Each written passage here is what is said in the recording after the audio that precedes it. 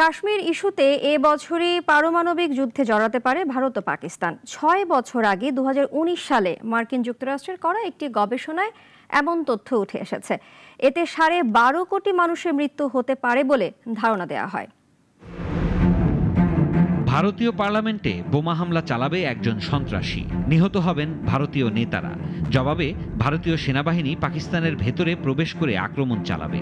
নিজেদের রক্ষার্থে পারমাণবিক বোমা ব্যবহার করবে পাকিস্তান। এরপর ভারতও তাদের পারমাণবিক বোমা ব্যবহার করবে। দুটো দেশই তখন তাদের কাছে যত পরমাণু অস্ত্র আছে সেসব নিয়ে যুদ্ধে লিপ্ত হবে। আমেরিকার রাটগার্স বিশ্ববিদ্যালয়ের করা এই গবেষণায় কিভাবে ভারত ও পাকিস্তানের মধ্যে পারমাণবিক যুদ্ধ শুরু হতে পারে তার কাল্পনিক দৃশ্য এটি। দ্বিতীয় গল্পে বলা হয়েছে কাশ্মীরে আক্রমণ করবে ভারত, তারপর শুরু হয়ে যাবে পারমাণবিক যুদ্ধ।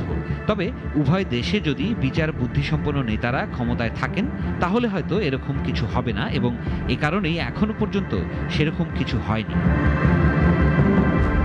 গবেষণার সঙ্গে জড়িত যুক্তরাষ্ট্রের রাটগার্স বিশ্ববিদ্যালয়ের পরিবেশ বিজ্ঞান বিভাগের অধ্যাপক ডক্টর অ্যালান রোবক বলেন, ভারত ও পাকিস্তান তাদের পরমাণু অস্ত্রভাণ্ডার বাড়িয়ে চলেছে।